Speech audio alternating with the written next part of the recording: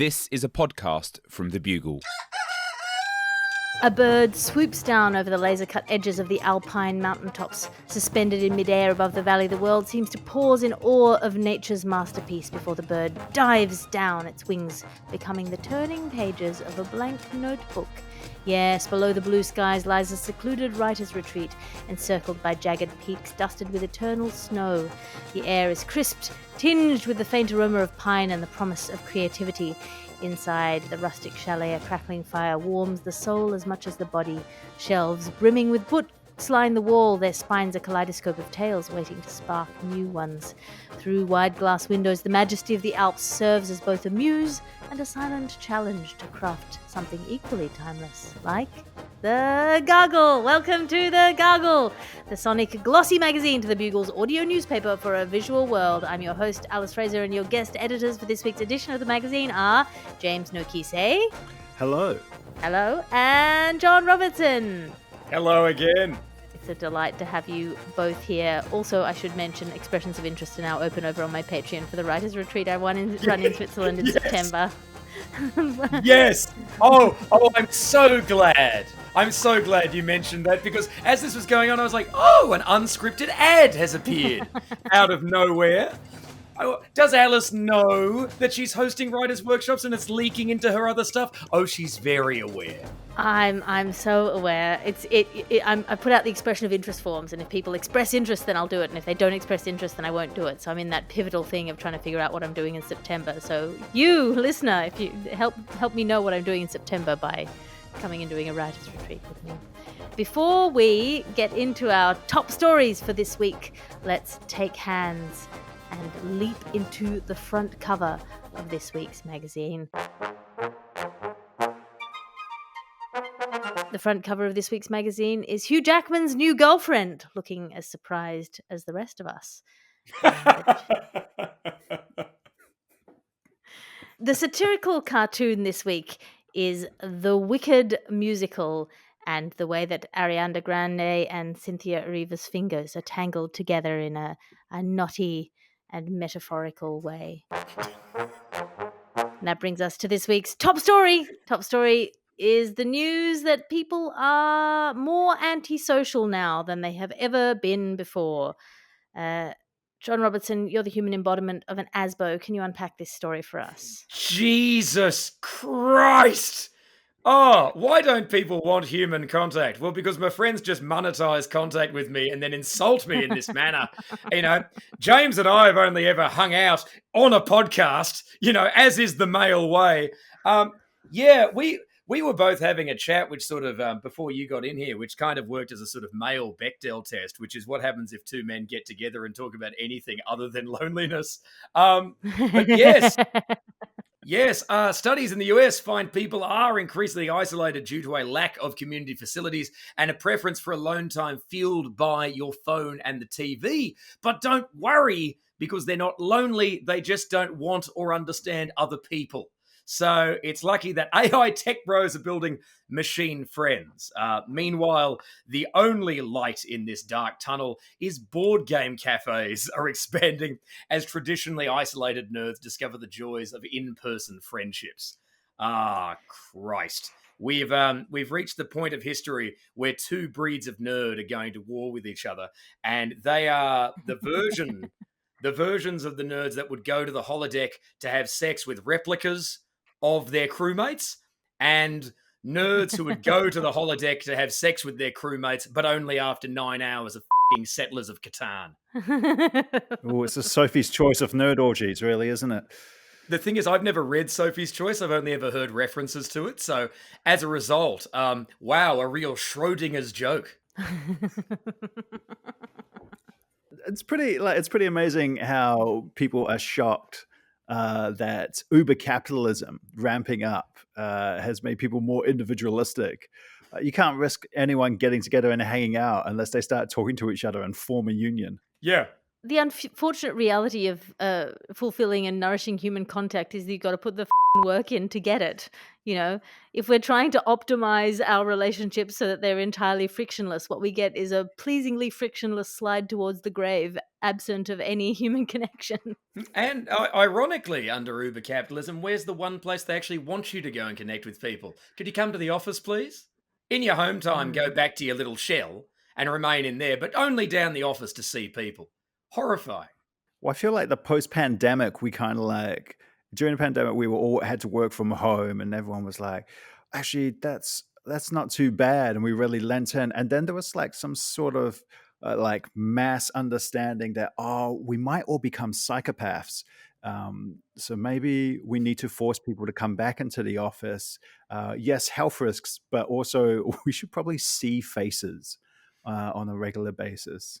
Yeah, for me, like whenever I've seen, because all of these articles at some point or another mention the idea of, well, we all really want to go out post-pandemic. For me, that was summed up by a guy who ran a sci-fi convention who got up on stage and went, "We're finally outside," and an audience of resentful, sullen faces stared back at him, very much like we didn't want to be there in the first place, mate. I do feel like that face-to-face human contact is important for social growing, though. Like, you need to know that if you talk shit to someone, you might be hit in the face. Like, it's a fundamental, like, evolutional lesson. Yes, and this is perhaps, well, I mean, now that we've moved on from male loneliness, we can go back to what happened when men hang out, which is straight to the violence, the joy of violence. We need to see each other, so if you wrong me, I can hit you. But I do feel that way. Your ad section now, because you can't be what you can't buy. And this episode of the podcast is brought to you by Mid-January Resolution Revision. Ready to let the new you of the new year become the old you again? It's the 16th of January. Let it go. Skip the gym. Have a cheat month or two. You've been good. Meditation. You definitely find Angry Birds a flow state of sorts. Did you promise you wouldn't believe shit you read online this year? Come on, it's been 2 weeks. Let yourself have at least one little online pylon. Surely you'll make the post that turns the tide of public opinion on a microblogging platform. You can try again next year. Hell. Ow. And this episode of the podcast is brought to you by that thing where you reach the age where you don't trust the mainstream media anymore, but also you don't trust the information pipeline of social media, and you don't trust institutions anymore, but you're also deeply skeptical of the guys who are keen on dismantling and disrupting the current corrupt institutions. Also, you become increasingly aware that most people you know are actually both opaque to themselves and essentially unknowable to you, so you don't really know anything, and maybe you never have, so all you can do is treat them like the best version of themselves and also never trust them with more than you can afford to lose. And don't worry about it, man. Just drink half a glass of water and take what comes. And this episode of the podcast is brought to you by Pelicans. Pelicans, nature's cargo planes. That was like we were maybe one sort of jazz beat and one sort of ill-timey motherfucker cats from that half a glass of water being Lenny Bruce's half a glass of water. Thank you. That was beautiful. Oh, thank you. I've been having lots of thoughts. We noticed, and they were all distilled into one 25-second talk break. Which I should also mention. You should buy A Passion for Passion, which is it's out in the UK on February the 6th. If you've ordered it online, it'll be in your inbox wherever you are in the world. It's a homage to romance novels. It introduces Dancy Lagarde. It brings to life a collection of the most absurdly frivolous and outlandishly whimsical works ever penned. If you're a Dancy fan in London, join me and special guest Andy Zaltzman for the official launch party on February the 5th at the Bill Murray at 8 p.m. So it'll be a night full of erotic satire, stand-up comedy, and a chance to meet the Bugle gang. There are also tour dates up and down the country for a very mini national tour of A Passion for Passion, the stage show, which is going to be something. I'm not sure if I'm pronouncing that correctly. It's going to be something. Once I finish writing, it'll definitely be a thing.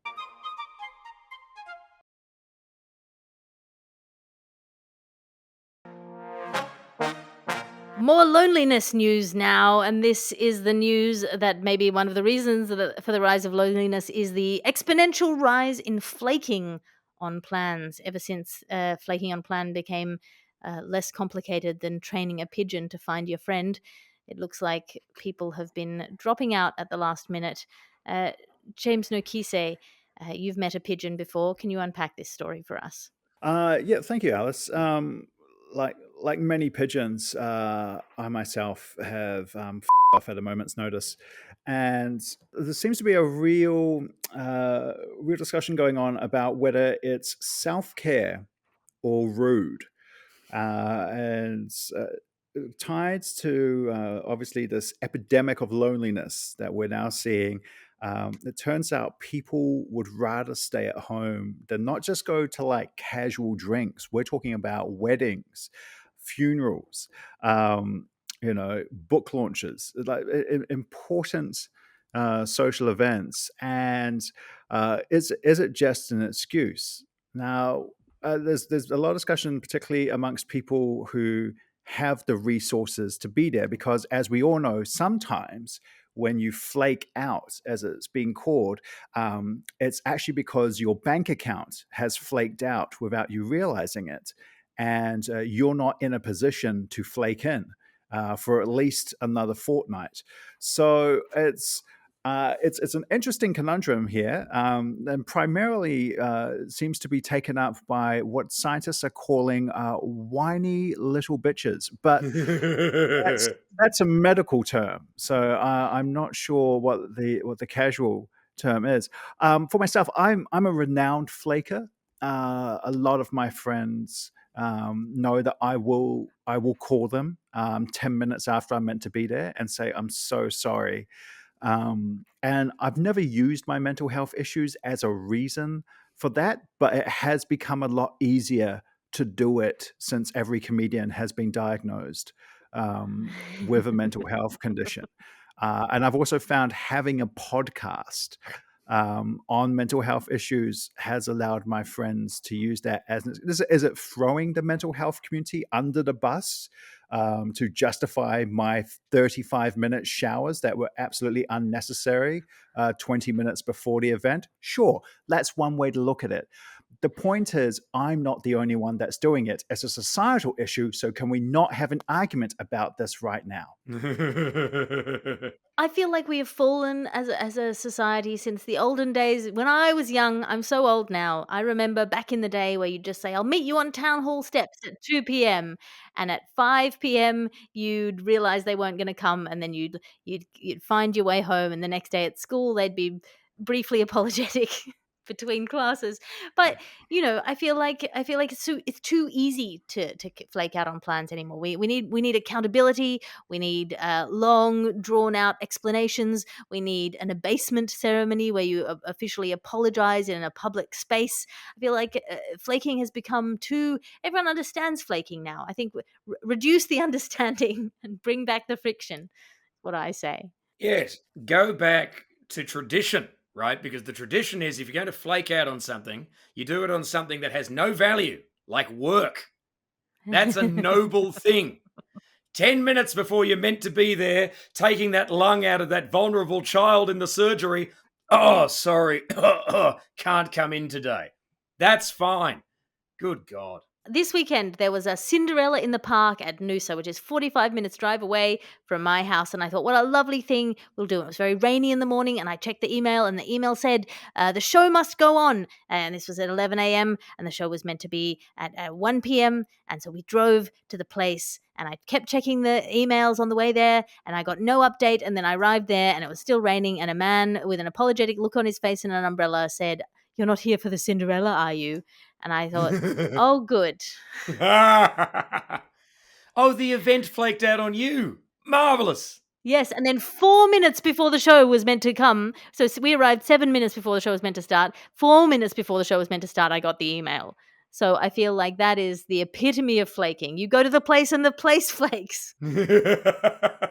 Whatever happened to good old-fashioned storytelling? I feel like this is what's being lost, is the ability to not simply, flaking out is just too simplistic an excuse. I want an epic, fake reason for why you have not shown up. I want you to consider what's going on around you and how you can use it. Are you catching a tube? Could you have been underground? And that's why you didn't contact me. Well, now you can't do that because I can see from the WhatsApp profile that you've been online for the past, like, I just feel we're losing the ability to tell epic stories that are at least entertaining, because that to me was the payoff. If you flaked out on something, you at least spun an entertaining yarn so your friends got a little bit of quality you. Yeah, I mean, I've got two of them that I go to. They're really, really easy, you know. Sorry I couldn't make it. I had a gig. Or the other one. Sorry I couldn't make it. I didn't want to. I'm a big believer in just bringing back accountability. You got to create. You got to take a price. If someone flakes out on you, I made a very wet man explain why Cinderella wasn't going to come to my 3-year-old child, so that I didn't have to spend a 45-minute drive on the way home, explaining why the actors didn't love her. But it's hard when you don't have. I mean, sometimes you need to cover. You can't go. I'm sorry, I missed brunch.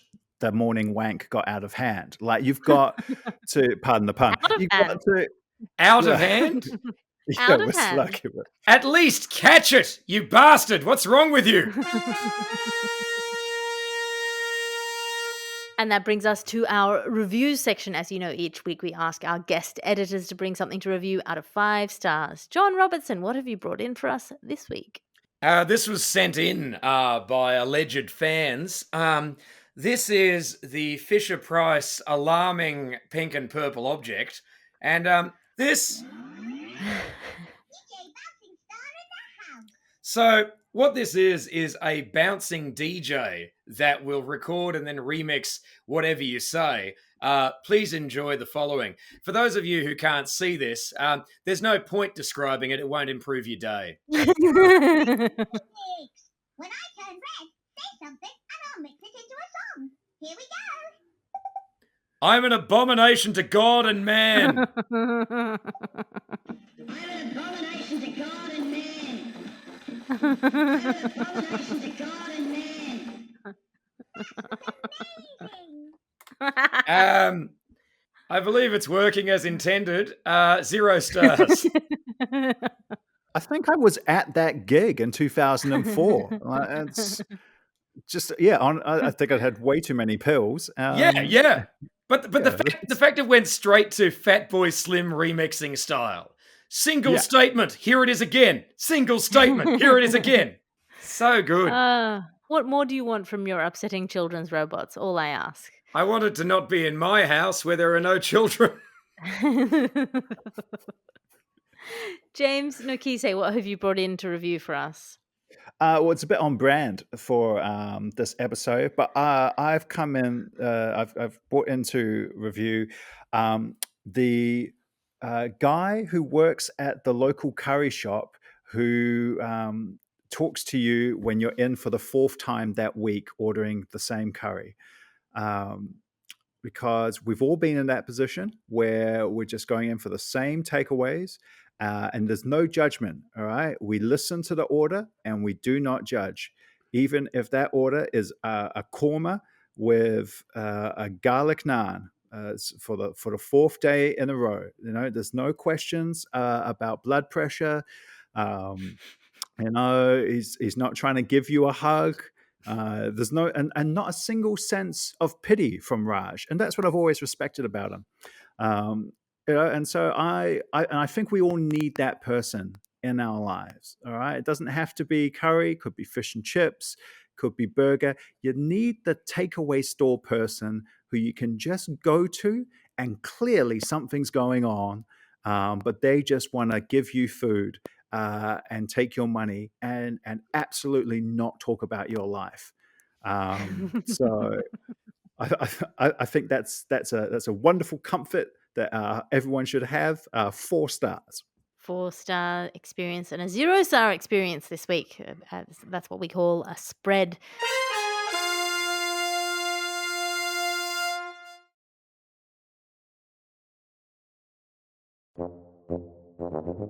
Which brings us to our next top story, which is maybe even more to do with our loneliness epidemic. This is a theme this week, and this is the news that our demographics are about to fall off a cliff. We've reached peak child and we're gonna run out of people to look after us when we're old.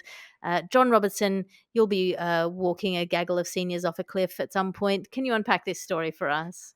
Yes, certainly. And then we'll be remixing their screams in an enjoyable childhood doll I've been presented to.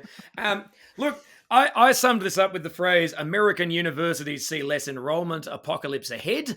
Here we go. So, due to a decrease in birth rate, the US is about to see a long predicted drop in 18-year-olds enrolling at uni, which means unis are shutting down, which later on means less people are working in jobs that require a degree at a time when highly qualified baby boomers are retiring from the workforce and more jobs require a degree. Now, there is an old saying that in the land of the blind, the one-eyed man is king. But now, finally, in the land of the unqualified, that Bachelor of Communications will make me a god. I feel this is like very much room for a fairy tale sort of curse slash monkey's paw situation where boomers have been clinging on to positions of power for so long that running out of children means that we're just going to pump them full of oxygen and strap them into the seat and make them live a half-life serving the companies that they use to extract the resources of the world so that no one could afford to have children after them. An eternal half-life of being HR for Fisher Price or whatever the And who doesn't love an HR person that's senile and is sitting there still looking up the definition of pronoun? Yeah, perfect. Yeah, looking at that Calvin and Hobbes strip and going, "Oh, it's a noun that with that lost its amateur status." Yeah.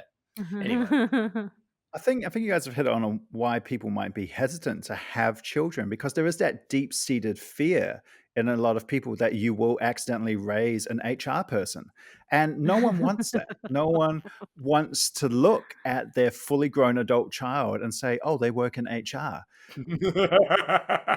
That's a horrible feeling, I'm sure.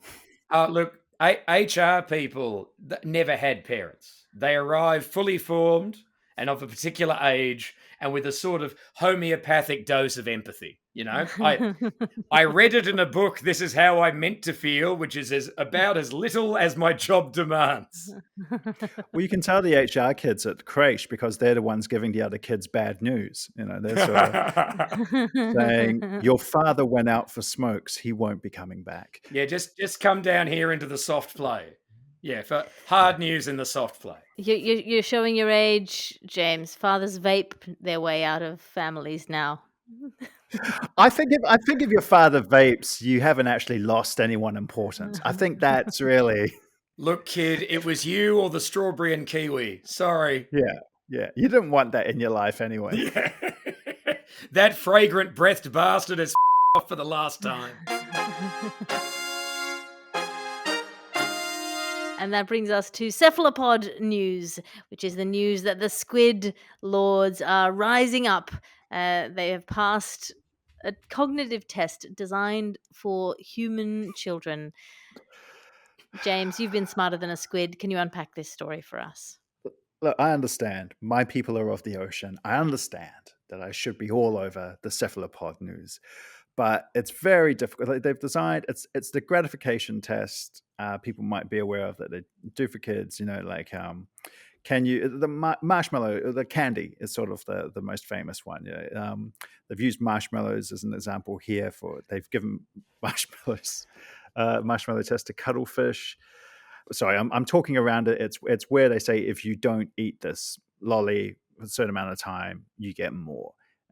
Delayed gratification. And they've discovered with cephalopods that they can do the delayed gratification test. And I just sometimes, Alice, with science, you look and you go, who was sitting there and went, guys, do you reckon cephalopods do delayed gratification? Because it's just so close to a fish that I feel you've got to be careful when you propose these scientific, like, because at that point you're the man in the room, and it's definitely a man behind this. Like, I feel like a woman scientist is too practical to be sitting there going, I wonder if cuttlefish can delay gratification. I just don't think they're thinking about those issues in the same way. So it's a fascinating experiment. Basically, they've come up at the fish and they've decided that they know that cephalopods can do art. They know that cephalopods can solve basic puzzles, but they didn't know if they have something that would be analogous to willpower. So they did the marshmallow test, or a version of the marshmallow test, which is where you give a kid one marshmallow. You say if you can hold off for 15 minutes, you get both marshmallows. In this instance, it was squid. I think cephalopods don't like marshmallows. Good news. They're not coming for our marshmallows. But the cephalopod can wait. They can skip breakfast and wait for dinner if the dinner is going to be better, which means not only are cephalopods smarter than toddlers, they are also as smart as bro podcasters. So I would argue smarter. if they're into intermittent fasting, it is only a short time before they're juicing and doing creatine. I've never heard the word keto gulped into salt water before, but wow. I feel that this is just moving towards the trend. It's like, you remember that documentary during the pandemic of the not My Octopus Lover, but something something like that. It was called My Octopus Friend, but it was a friends to lovers No, story. no. My Octopus Lover was an anime. I remember. Yeah. Oh, right. I remember from the 90s. Yes, I think. Yeah. Penetrative. Yes. Yeah. I mean, isn't it a beautiful thing about human nature that the censorship of showing genitalia in Japanese anime turned into what animal looks like it has the most penises? Yep. I guess it brings us back to the question, like, can we eat something if we know it after a certain level of intelligence? Like, that's what it's all coming back to. Well, I put something to you, mate. Okay, if I've understood this correctly. So this is a test that human babies have learnt to pass. It's about delayed gratification, which is if you wait a while, you get a better thing. So henceforth, given the choice between eating a cuttlefish or waiting to eat a human child, I will wait for the human child. And that brings us to the end of this week's episode of The Gargle. I'm flipping through the ads at the back. James Nokise, have you got anything to plug? Yes, I have a podcast series on nuclear testing in the Pacific. Speaking of things that could give fish super intelligence. It's called The Last Voyage of the Rainbow Warrior, and it's about the voyage of the Rainbow Warrior into the Marshall Islands. It's not super funny for our Gargle listeners, but it's very good and informative, and you can find it on ABC Australia and RNZ's websites. Excellent. John Robertson, have you got anything to plug?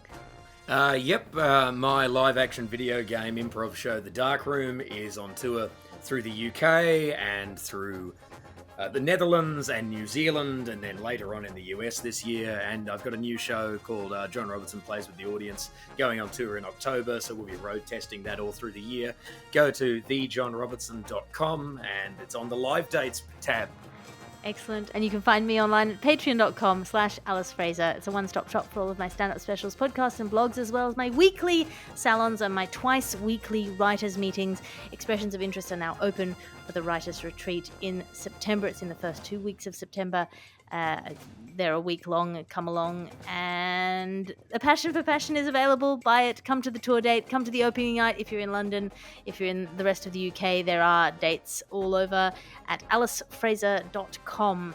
This is a Bugle podcast and Alice Fraser production. Your editor is Ped Hunter. Your executive producer is Chris Skinner.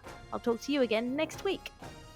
You can listen to other programmes from The Bugle, including The Bugle, Catharsis, Tiny Revolutions, Top Stories, and The Gargle, wherever you find your podcasts.